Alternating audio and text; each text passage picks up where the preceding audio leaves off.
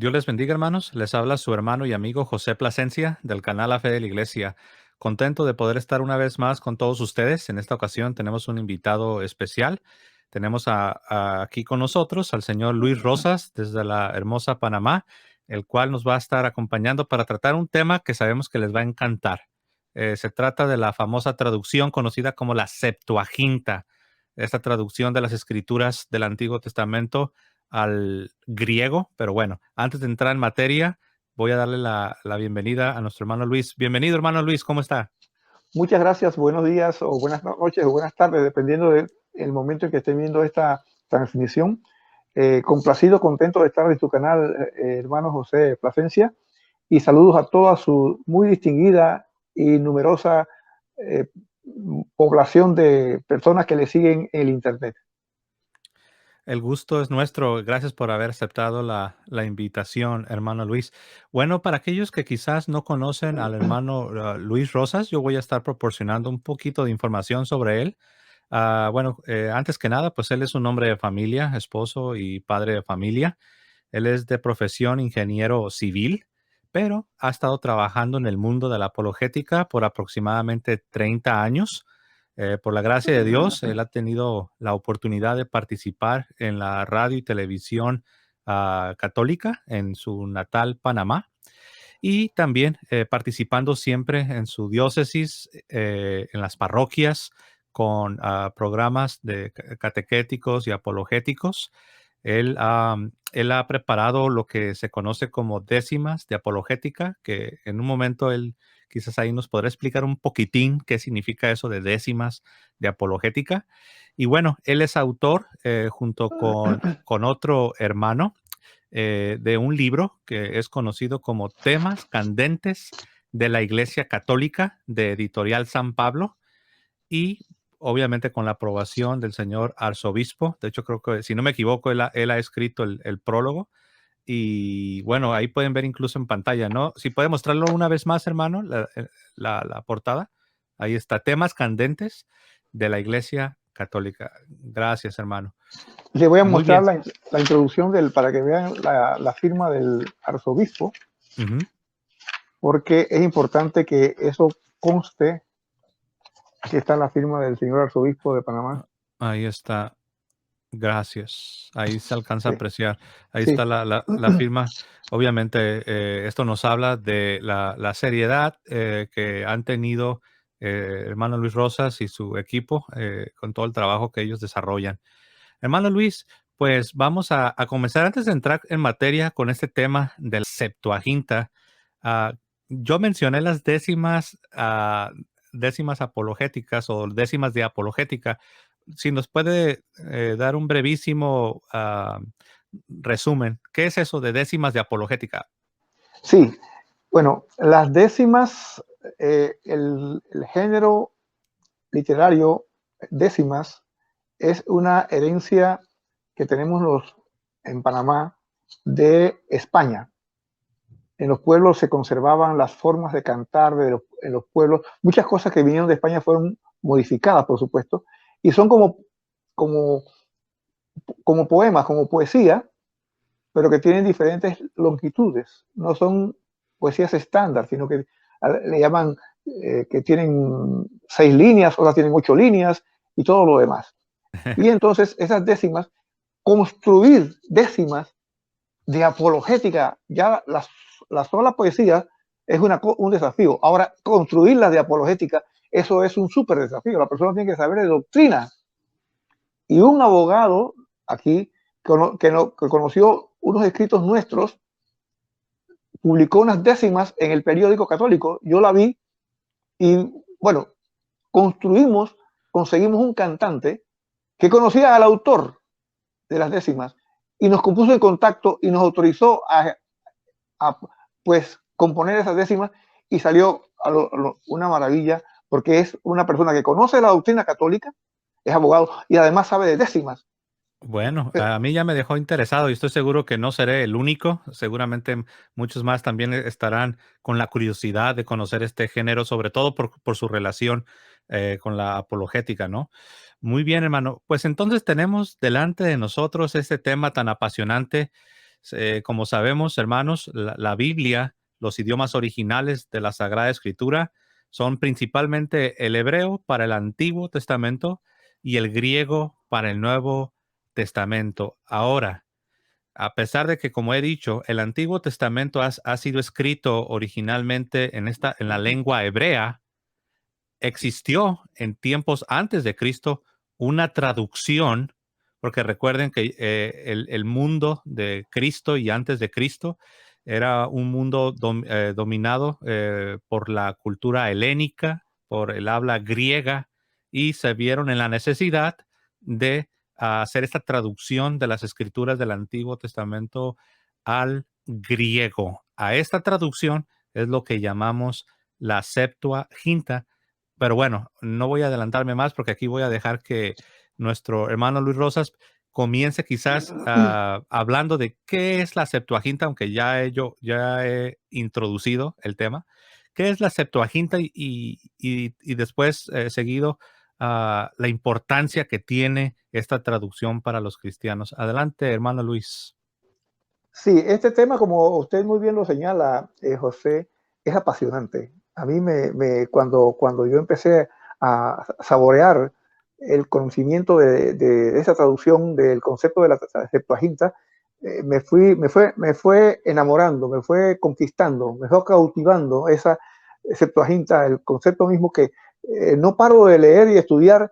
No soy un especialista, por lo tanto aquí el que quiera sentir que espera de mí un desarrollo de especialistas, de historiadores, no, no, pero sí un estudioso ávido y constante, incesante y descubridor de detalles cada vez mayores con respecto a ese prodigio de traducción que es la Septuaginta. La Septuaginta, como usted mencionó, es la traducción de la Biblia hebrea al griego. ¿Cómo ocurrió esta traducción? Estamos hablando de cerca del siglo tercero hasta el siglo primero, más o menos, que en ese lapso se dio esa traducción. Ocurrió que en Egipto, recordemos que en esa época el imperio dominante era el imperio griego, por lo tanto, en todos los países circundantes se hablaba el griego como lengua primaria. El que quería comunicarse, entenderse entre sí comercialmente o culturalmente tenía que recurrir al griego. No hacerlo sería quedarse fuera completamente de los procedimientos, de los trámites, etc. Pero había un problema, que había muchos judíos dispersos por todo el imperio. Y, por ejemplo, en Egipto, en Alejandría, ciudad que lleva el nombre del fundador o el emperador Alejandro Magno, esa ciudad pues, lleva el nombre de Alejandría en honor a él. Había pues un rey, Ptolomeo II, que era muy culto, muy dado a ustedes recuerdan lo que todos hemos aprendido, creo eso, en la escuela secundaria, de la Biblioteca de Alejandría, que era una de las maravillas de la antigüedad. Bueno, allí habían libros de todas las culturas, las civilizaciones, pero faltaba un libro ya conocido, muy conocido, de un pueblo judío muy hermético, muy cerrado en cuanto a ellos mismos como pueblo, y que era importante contar con ese tipo de traducción también en la Biblioteca de Alejandría. Las fuentes que contamos para estos hechos, José y queridos amigos, básicamente es un documento que muchos discuten que si es auténtico o no es auténtico, pero no es el caso, porque dentro de todo contiene mucha información que consideran que sí es auténtico, que es un señor Aristeas, que lo escribió describiendo que el rey envió entonces a pues Palestina una comitiva para que seleccionara sabios de ese lugar y vinieran a Alejandría a traducir la Biblia al griego. Se comisionaron o se escogieron de cada una de las tribus, que son 12 tribus de Israel, se escogieron 6 miembros, dando entonces un número de 72 miembros que venían de pues, Palestina hacia Alejandría a traducir la Biblia. Eran sabios, no eran personas que simplemente porque hablaban hebreo o conocían de Biblia. La selección fue muy rigurosa y vinieron a Alejandría y pues iniciaron la proeza de la traducción de la Biblia eh, hebrea al griego. Esta maravillosa traducción, pues, se dio primero de los 5 libros del Pentateuco y luego, con el pasar del tiempo, se fue traduciendo el resto de la Biblia en un periodo que va desde aproximadamente 350 años antes de Cristo hasta el año 50 antes de Cristo. Hay diferencias de opiniones en cuanto a las fechas exactas, pero más o menos ese fue el periodo. Y surgió entonces esta maravillosa Biblia que revolucionó a toda la zona y también a Palestina, porque los judíos la recibieron con mucha alegría, en Palestina inclusive, y empezaron a utilizarla. Y lo que me han dicho o que he leído de especialistas, hablan de la maravilla de Dios que preparó al cristianismo desde ese momento para cuando llegase el Nuevo Testamento, que el Nuevo Testamento está escrito en griego, aunque sabemos, dicen los especialistas, que San Mateo fue escrito en arameo, pero no consta, no cuenta, no contamos con ningún ejemplar en arameo. Por lo tanto, todo el Nuevo Testamento está en griego. Ese choque, si no hubiera habido un puente desde entonces, que es la Biblia Septuaginta, hubiera sido muy difícil, un choque muy brutal, el cambio al griego en el Nuevo Testamento. Y los apóstoles empezaron a utilizar tanto la Septuaginta como los primeros escritos, por supuesto, que fueron surgiendo de Pablo, de los demás apóstoles y los evangelistas, conforme iban saliendo, pero todos escritos en griego, lo cual facilitó la labor maravillosamente.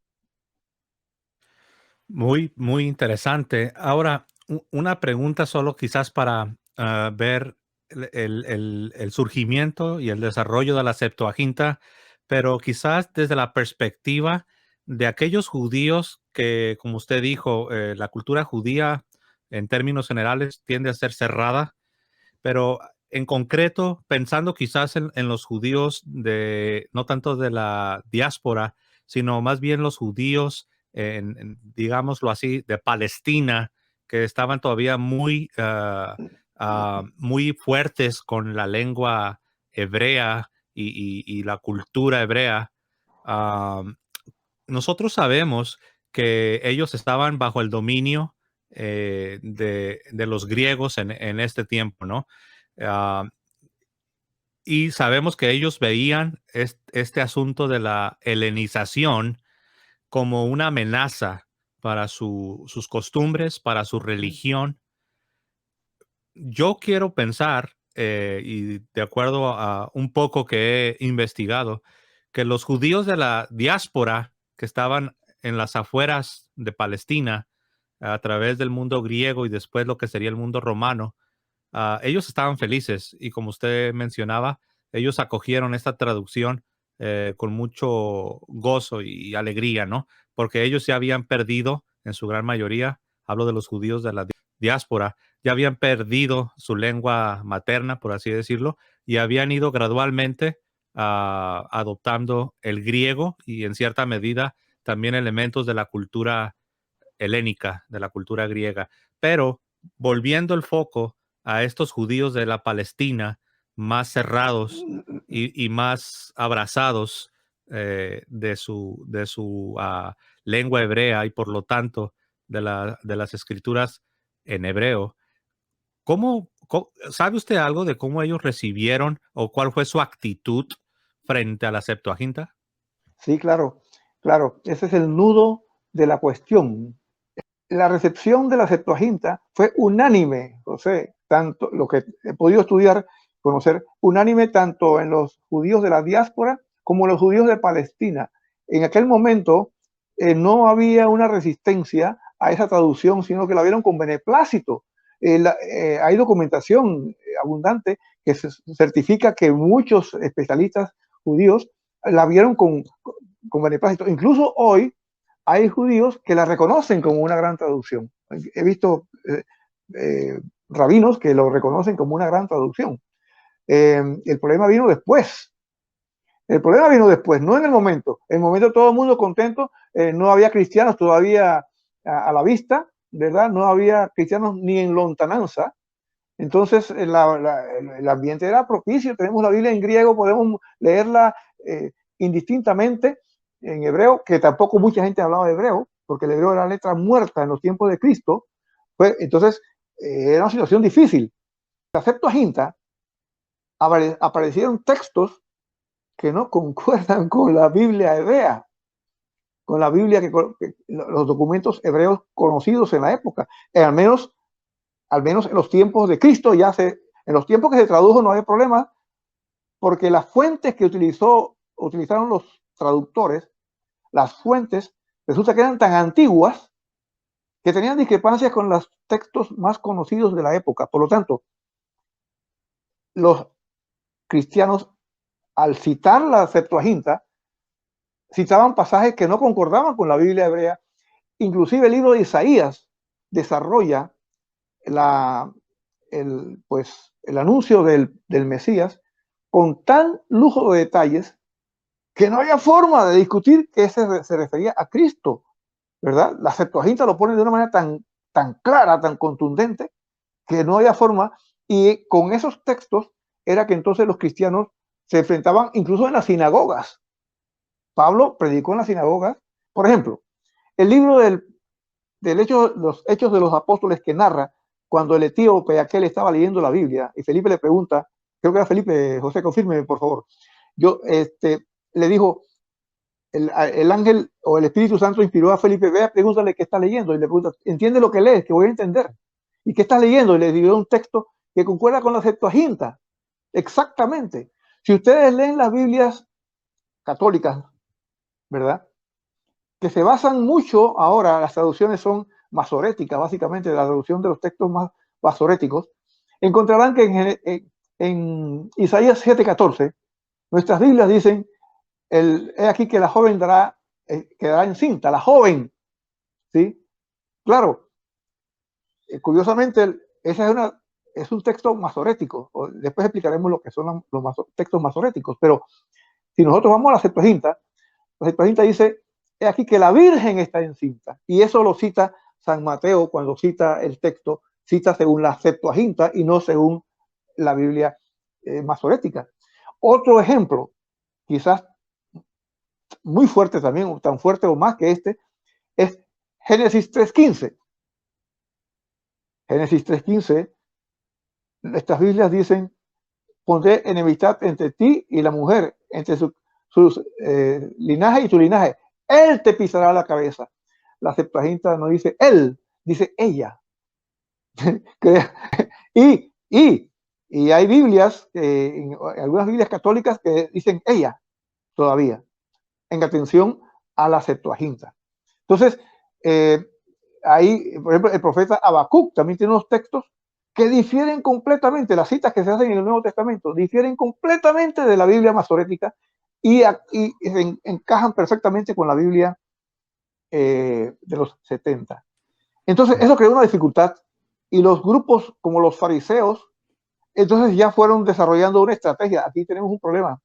No podemos darle curso a esa Biblia, tenemos que recurrir a buscar nosotros nuestros textos, inclusive, José, dicho con todo respeto, pero se afirma por especialistas que modificaron textos para ajustarlos menos a el concepto mesiánico de Jesús.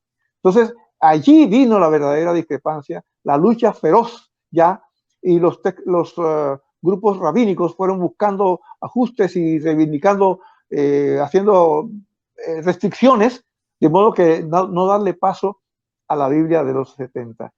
Y la objeción más grande que le pusieron a la Biblia de los 70 era que precisamente tenía discrepancias con respecto a los textos hebreos que ellos ya empezaron a propagar.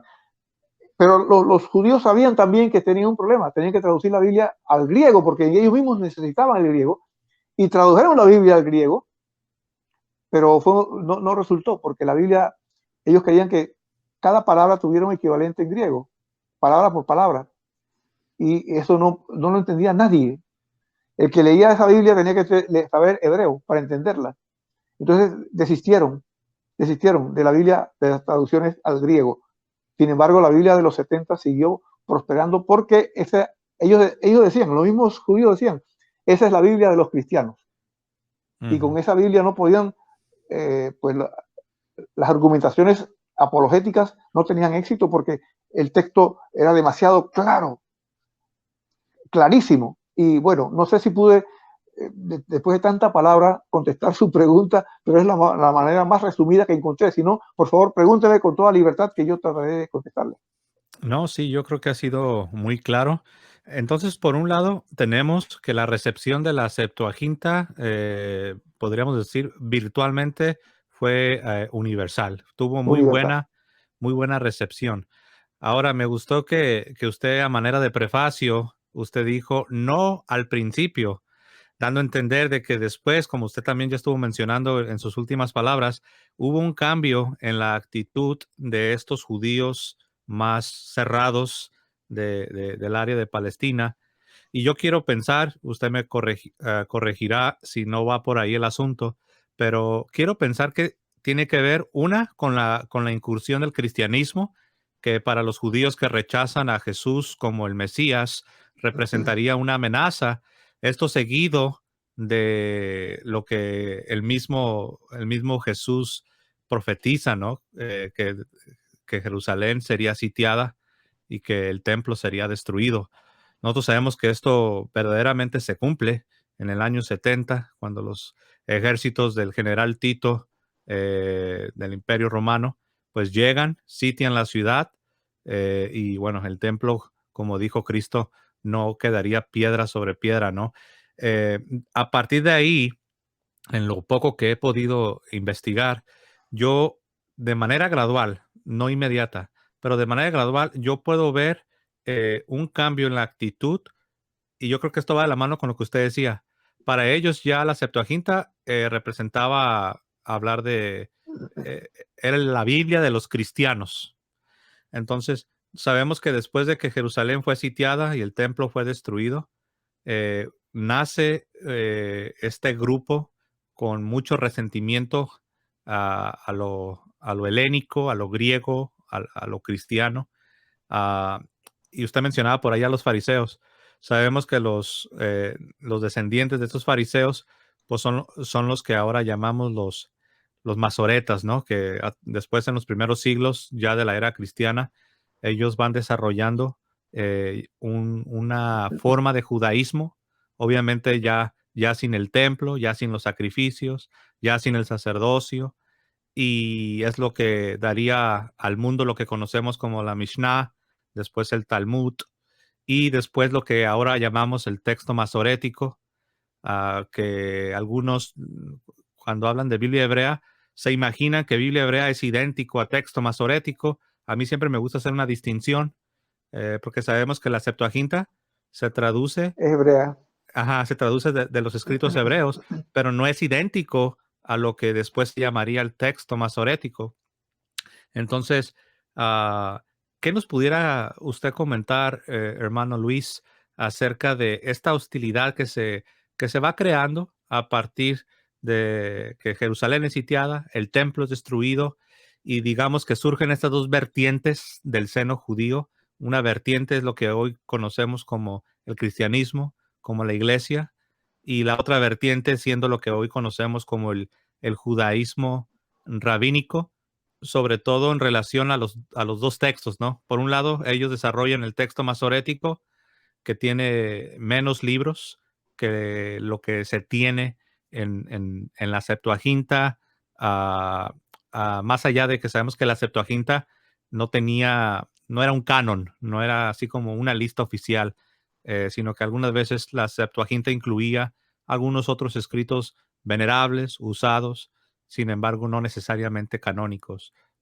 Adelante, hermano Luis. Sí, eso que usted acaba de decir o preguntar o comentar, José, es también el núcleo del asunto, porque esa hostilidad va desarrollando toda suerte de formas o maneras o estilos religiosos para circunscribir, para eliminar toda influencia de la Septuaginta.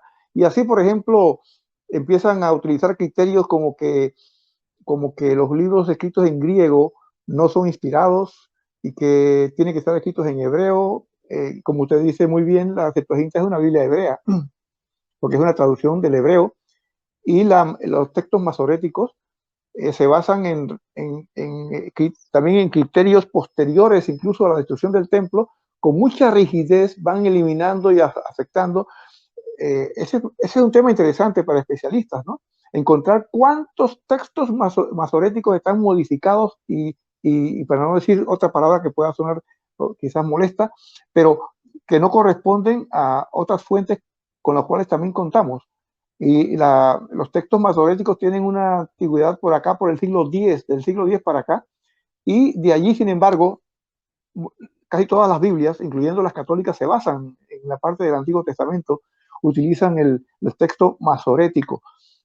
Pero uno de los criterios más duros que mencioné, creo, en el segmento o en lo anterior mío, José, es precisamente que ellos decían, ¿por qué si la Biblia es una traducción, la Septuaginta, por qué no concuerda con la nuestra?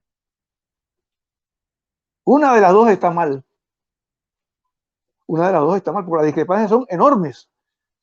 Discrepancias importantes. Las que mencioné son apenas unos ejemplos. Hay discrepancias en número. En un caso dice, por ejemplo, creo que es en Habacuc, o no, en otro, no recuerdo el texto, pero que entraron 70 personas, en otro dice, no, eran 75.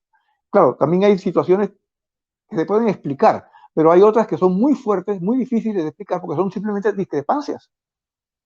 San Esteban, cuando hablaba allá en el libro de los Hechos de los Apóstoles, cita a la Septuaginta y pasajes que no concuerdan con la Biblia masorética. Entonces, pero sin embargo, ese era el argumento de más peso a lo largo de los siglos, José, y que creo que influyó a muchas personas a tomarle una cierta como indiferencia a la Septuaginta, como que era una traducción importante, era una obra maravillosa, sí, pero que era como un segundo lugar, como que no tenía la preeminencia que pudiéramos haberle querido dar al principio, por razón de esas discrepancias. No podía ser. Si era una traducción fiel, como que no concordaba. O una o la otra estaban mal. No, no, sí, de hecho esto que usted ha mencionado creo yo que ayuda bastante a que la audiencia pueda comprender, número uno, qué es, como ya vimos, ¿no? ¿Qué es la Septuaginta? ¿Cómo nace? ¿Bajo qué circunstancias? ¿Por qué? ¿A qué obedeció la traducción, la necesidad que había, ¿no? Pero también ya estamos entrando más en materia porque, como lo dije al principio, vamos a ver qué es la Septuaginta y cuál es su importancia. Y yo creo que aquí ya nos estamos dando cuenta que para nosotros los cristianos, para nosotros los católicos, vemos que esto es de suma importancia porque existe un texto que se le conoce como el texto masorético, que es un texto, digámoslo así, es el texto oficial del judaísmo rabínico. Y nótese que estoy diciendo judaísmo rabínico, porque el judaísmo rabínico, si bien es cierto, en nuestros días es el más popular, no es la única forma de judaísmo y de ninguna manera podemos decir que el judaísmo rabínico de nuestros tiempos equivale o es idéntico al judaísmo del segundo templo, ¿no? Del tiempo de Jesús. Usted mencionó algo interesante, hermano Luis, cuando hablaba de las variantes que existen en el texto masorético. eh, Hay un libro que se llama Crítica Textual de la Biblia Hebrea. El autor es Emanuel Top. Emanuel Top, él es judío, pero en los últimos años ha estado trabajando bastante con especialistas cristianos. Y este señor, que es experto en judaísmo y en lo que se refiere a lo que es la cultura judía, Emanuel Top, hablando de las variantes que existen dentro de los mismos manuscritos que componen el llamado texto masorético, él hablaba de que hay una cantidad enorme de variantes entre el texto masorético y otros textos que proceden de la antigüedad, es decir, anteriores al texto masorético.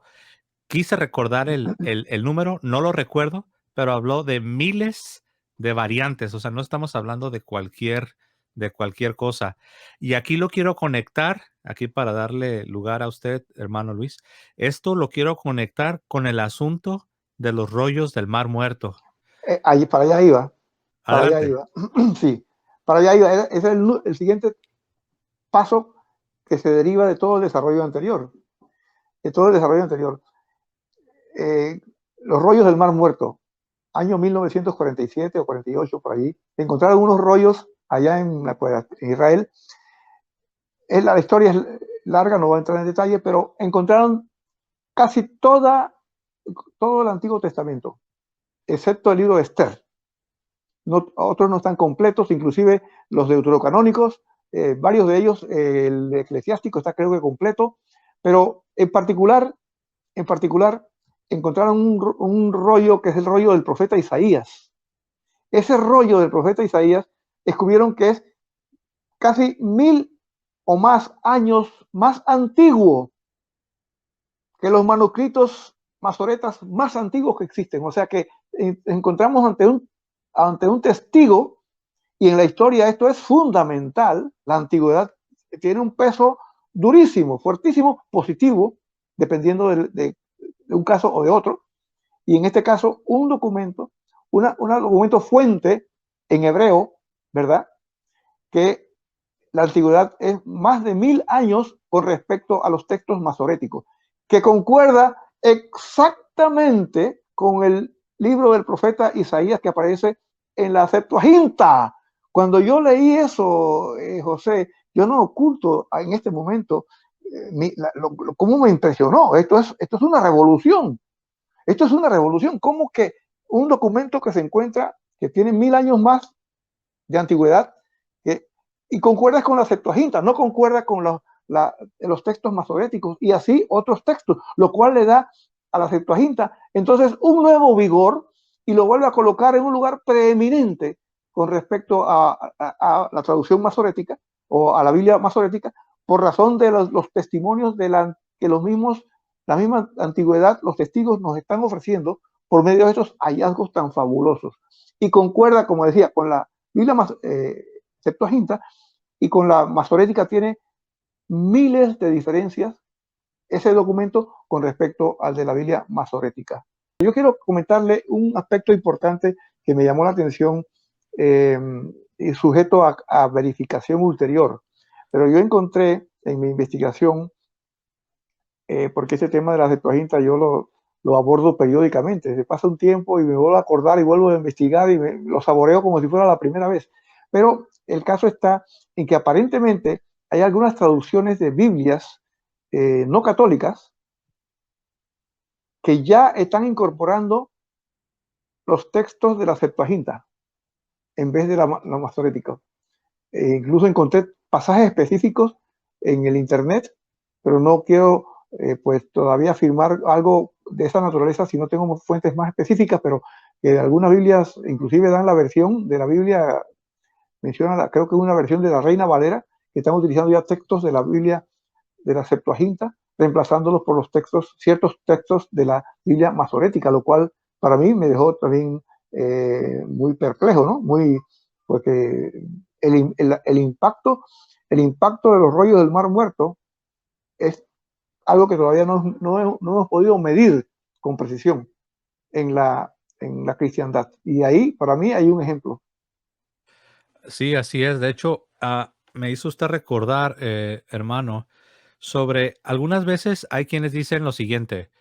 Dicen, hablando, y no me quiero desviar del tema, ¿no? Pero es que sabemos que este tema tiene muchas ramificaciones y tampoco queremos divagar en diferentes temas, ¿no? Pero al menos tocarlos por encimita. Ah, la traducción, hay otra traducción, que es una traducción a latín, ¿verdad? Que sabemos que esa sería la traducción que la iglesia en Occidente estaría utilizando, por así decirlo, como su texto oficial, en cierto sentido. Esta traducción tiene su origen a finales del siglo IV, cuando San Jerónimo sería comisionado para, para darnos a los cristianos una mejor traducción, porque ya había traducciones al latín, pero su calidad no era la mejor y se quería tener una traducción al latín que fuese superior, más cuidada su traducción. Pero a donde yo quiero ir, hermano, con este comentario de San Jerónimo, es porque en San Jerónimo, que es un caso peculiar, ya vemos nosotros una cierta influencia acerca de, nosotros sabemos que San Jerónimo pasó años entre los rabinos aprendiendo la lengua para poder estar más capacitado para hacer una mejor traducción. Y él coge de este ambiente de los rabinos en Palestina, que recuerden, ya es el siglo cuarto, pero él sí agarra ideas, él coge de los judíos rabínicos, ideas sobre los deuterocanónicos, ¿no? Que sí aparecen en la Septuaginta, pero que no aparecen en el texto masorético del judaísmo rabínico. No sé, algunos pensamientos que pudiera ofrecernos sobre esto, hermano. Sí, ese es un tema, como usted dice, materia de mucho debate. Yo he escuchado debates eh, y la verdad que no hay mucha documentación al respecto. La documentación más profunda que yo he encontrado al respecto, yo estoy seguro que usted también la tiene, que se trata de un autor norteamericano que se llama Gary Michuta, que escribió dos libros con respecto a los deuterocanónicos y que nos da un perfil lo más próximo, a mi juicio, de lo que ocurrió en esa época. Ahí, lo que pasa es que ahí se daba una circunstancia muy complicada, muy complicada. ¿Cuál era? No había canon definido todavía y además estaba la traducción de por medio. Entonces había mucha opinión al respecto de un punto de vista o de otro y en efecto, según esta documentación o esta fuente que yo acabo de citar, San Jerónimo fue muy influido por los rabinos de Palestina. Tan influido fue que en efecto él tenía una animadversión con respecto a los canónicos. Es más, Gary Michuta afirma en uno de estos libros, uno de los libros se llama ¿Por qué las Biblias católicas son más grandes que las protestantes? No dice las protestantes, sino porque son más grandes. Y la otra es el caso de los deuterocanónicos, documentación maravillosa. Solamente está en inglés, pero vale oro en polvo, a mi juicio, porque no he encontrado en ningún otro lugar fuentes como la que él cita en esos dos volúmenes. Y el término apócrifo se lo adjudican en ese libro a San Jerónimo. No son los evangélicos, hermanos cristianos no católicos, los que le asignan el nombre, sino el mismo San Jerónimo. Usted me no sé si discrepa conmigo con lo que estoy diciendo, José, pero inclusive puso notas en la Biblia en la Biblia eh, Vulgata, notas que sirvieron a lo largo de los siglos, según este autor, para que muchos pensadores discutieran la veracidad de los libros deuterocanónicos. O sea que San Jerónimo, en honor al juicio sincero, creo, en el caso mío, pues, creo que sí tuvo que ver con esa influencia que se heredó posteriormente con respecto a los deuterocanónicos, que muchos católicos inclusive han adoptado, y pues después otros que no católicos con gran facilidad citan a San Jerónimo. San Agustín, por ejemplo, discutía con San Jerónimo, lo acusó de que hizo una Biblia muy rabínica, ¿verdad? Dos cosas pasaron. Una, San Jerónimo no creía en los deuterocanónicos, no creía, y los tradujo algunos a regañadientes, por orden del Papa, no los tradujo todos, y San Agustín discutía la Biblia o la traducción de San Jerónimo, la llamó rabínica, y tanto a uno como al otro el Papa les ordenó obediencia. Al San Jerónimo, acata lo que digo, esos 7 libros tienen que traducirse, incorporarse, y a San Agustín le dijo, esta Biblia está correcta. O sea que, pero hubo un momento muy crucial allí, y desafortunadamente, pues, yo allí pude vislumbrar lo que Gary Michuta establece, de que esas notas que ponía en la Vulgata sirvieron como precedente a lo largo de los siglos, porque no fueron notas, eran introducciones a libros. Yo no los he leído, no los he tenido en mis manos, estoy hablando de referencias y donde sí deja pues en duda la calidad de los deuterocanónicos. Por lo tanto, muchas personas a lo largo de los siglos no encontraron dificultad en poner los libros a un lado, no sacarlos, pero no darles la preeminencia y la distinción propia de un libro canónico. Entonces, ahí tenemos esa dificultad. Nosotros, por supuesto, acogemos lo que la Iglesia ha dicho y enseña, y por lo tanto, no tenemos ninguna dificultad, pero sí, a lo largo de mis estudios, lo que he podido encontrar es que esas dudas pues nacieron de estas circunstancias muy complicadas, muy complejas, y San Jerónimo, pues lo que decía San Agustín, te dejaste influir demasiado por los rabinos de Palestina y tanto que adoptaste los criterios de ellos. Fueron cruces muy fuertes entre ambos santos relativos a este punto. No sé si me he excedido en crudeza, José, pero eso es lo que he podido encontrar. No, no, no, gracias. Sí, efectivamente, ¿no? Habría que señalar que, aunque es cierto lo que usted menciona, ¿no? Estos prefacios que San Jerónimo coloca, donde él expresa que los rabinos de Palestina no aceptaban la canonicidad de estos libros que ahora les llamamos deuterocanónicos. Como usted dijo, al final él se sometió al juicio del Santo Padre, del Papa, de la Iglesia. Y es interesante que ya cuando uno ve los escritos posteriores de San Jerónimo, él cita varios de estos libros que él mismo había puesto en tela de juicio por medio de esos prefacios de su traducción. Él termina citándolos. Y también algo interesante, estoy tratando de recordar en este momento, si mi memoria no falla, él alude al libro de Judith como un libro que fue aceptado como canónico en el Concilio de Nicea. Ese es un dato interesante. Él está haciendo alusión al Concilio de Nicea, donde se dice que entre los padres del Concilio de Nicea, el libro de Judith era considerado como un libro canónico. Pero es cierto, lo que usted dijo, y sí vale la pena recalcar esto que usted mencionó.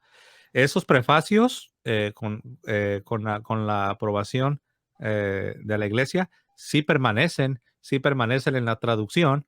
Y esta traducción, incluyendo los prefacios, donde San Jerónimo pone en tela de juicio por razones que ya hemos mencionado, porque él le daba crédito a los rabinos judíos de Palestina.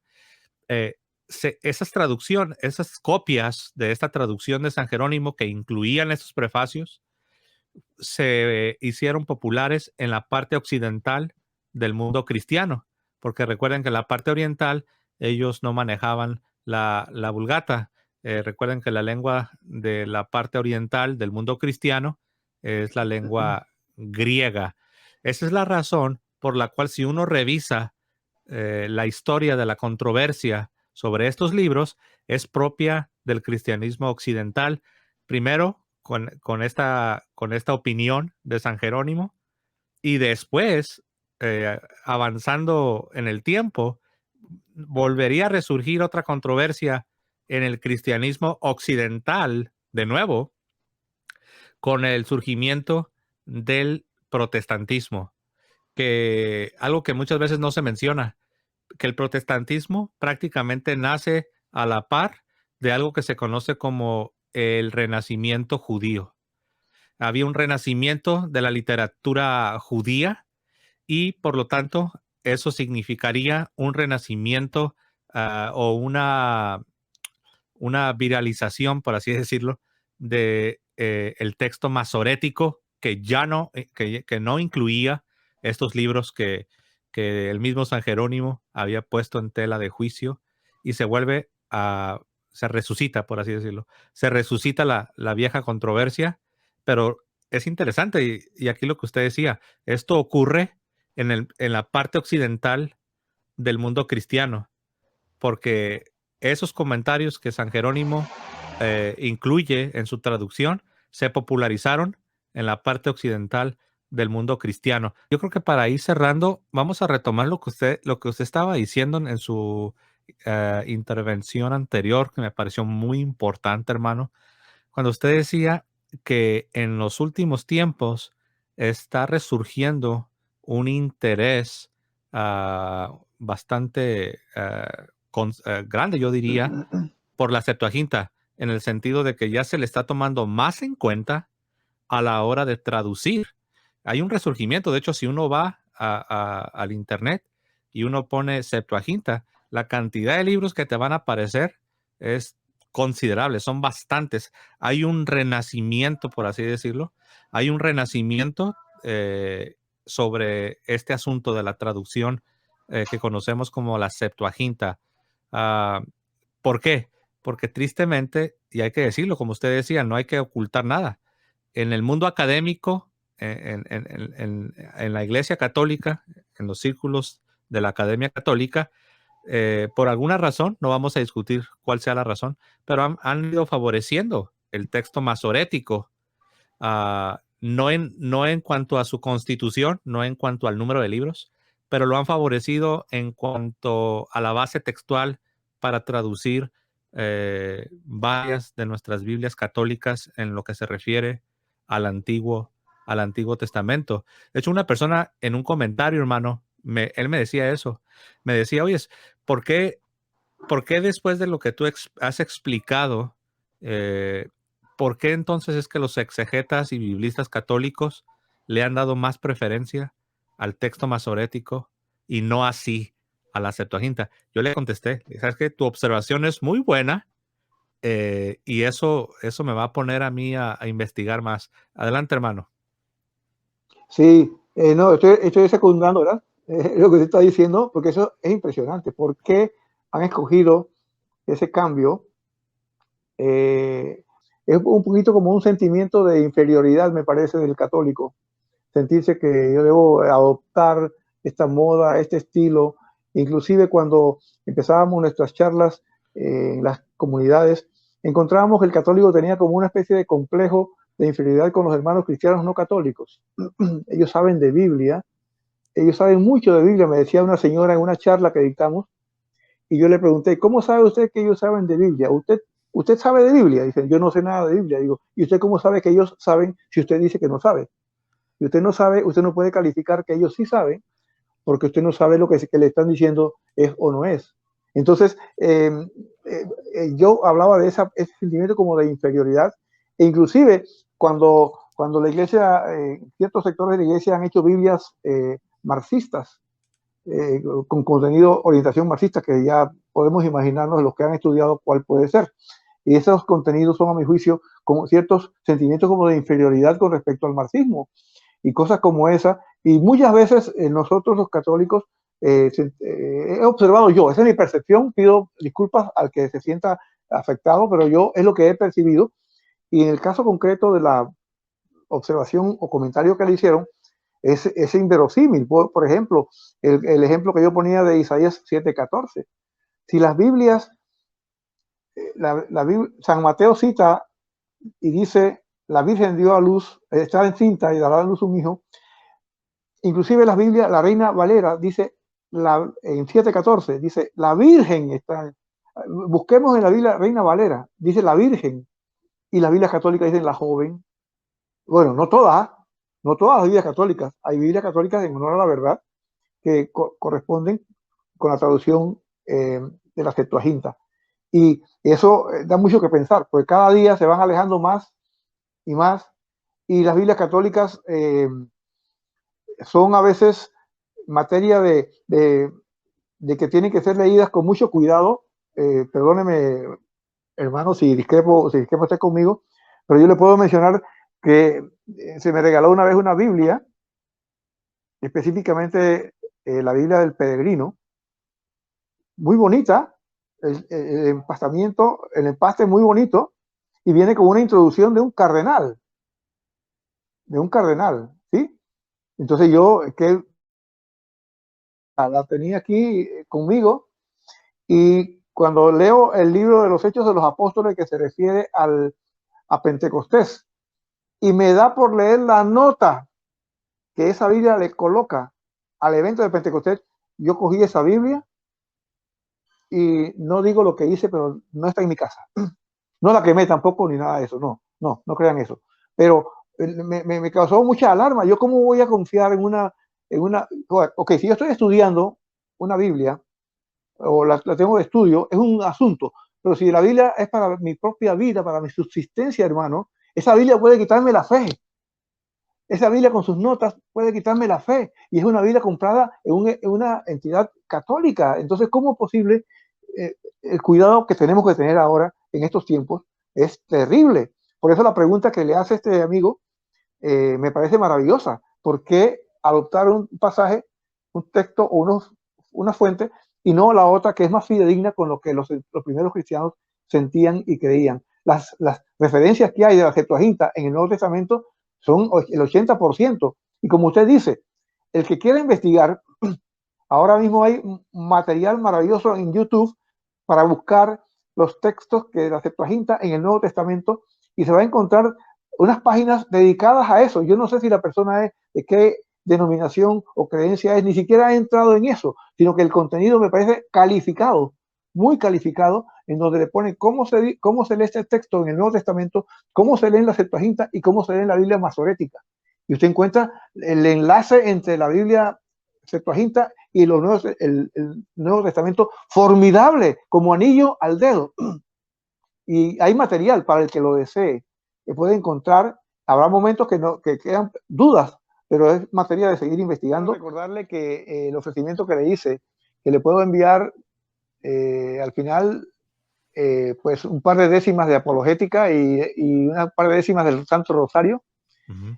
Si algún seguidor suyo aquí en este maravilloso canal suyo desea, pues se le puede facilitar que lo solicite, pues con toda confianza se le puede facilitar estas décimas de manera autorizada. ¿Es en digital? Está en formato digital, sí. Ok, claro, incluso lo puedo poner en la descripción del video para quien quiera echarle un vistazo. Solo haga clic en el enlace que voy a tener aquí debajo en la descripción y puedan beneficiarse de la lectura. Y hay más décimas, pero si les interesa, pues lo solicitan y con mucho gusto, a través de usted, por supuesto, a través de usted. Ok, claro que sí.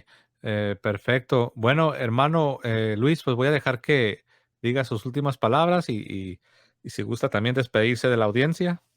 Sí, bueno, un saludo cariñoso, efusivo a toda la audiencia suya. Le reitero mi aprecio, mi respeto.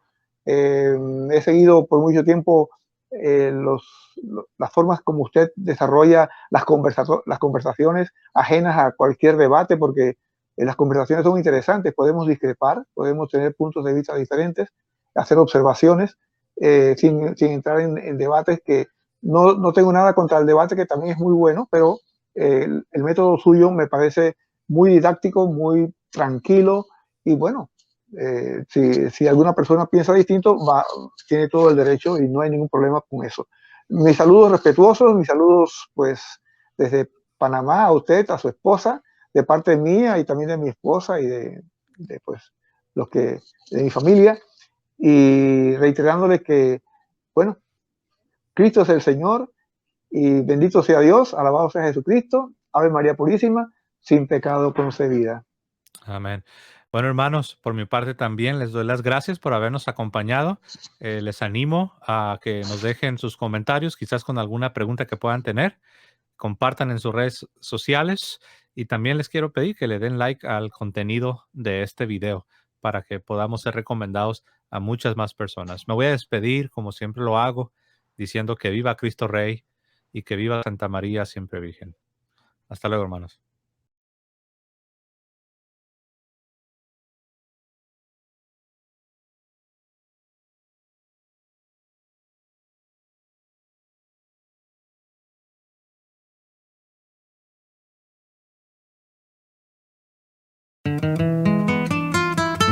¡Oiga, guitarrita mía, qué bonito!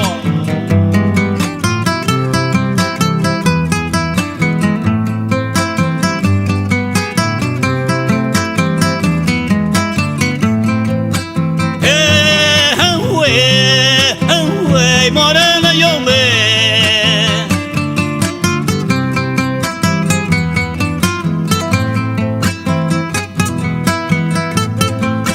defiende tu fe décima. Desde que Pedro y su voz ejercieron primacía, papas han sido hasta hoy día 262.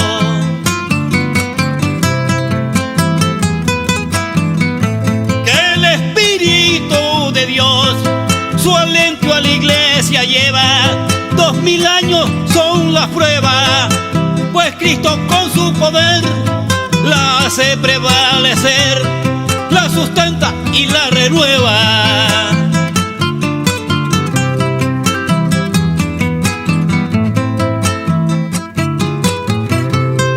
En cuanto a las sectas toca, no pueden decir lo mismo, pues le falta continuismo desde Cristo, que es la roca. Algunas tienen muy poca vida como agrupación, pues data su fundación del recién siglo pasado, y cada cual por su lado dice tener la razón.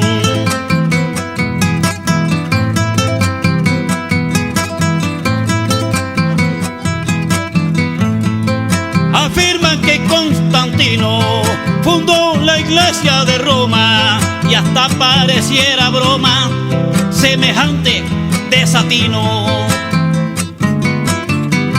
Este emperador convino en no perseguir cristiano, mas la iglesia de antemano ya existía en catacumbas, saliendo desde las penumbras en el Imperio Romano.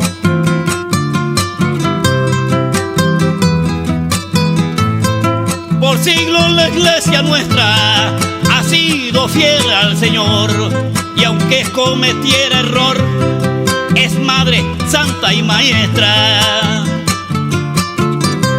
Miles de justos dan muestra de esta verdad con su ejemplo, y la iglesia, vivos templos de Cristo, sigue la huella, pues prometió estar con ellas hasta el final de los tiempos.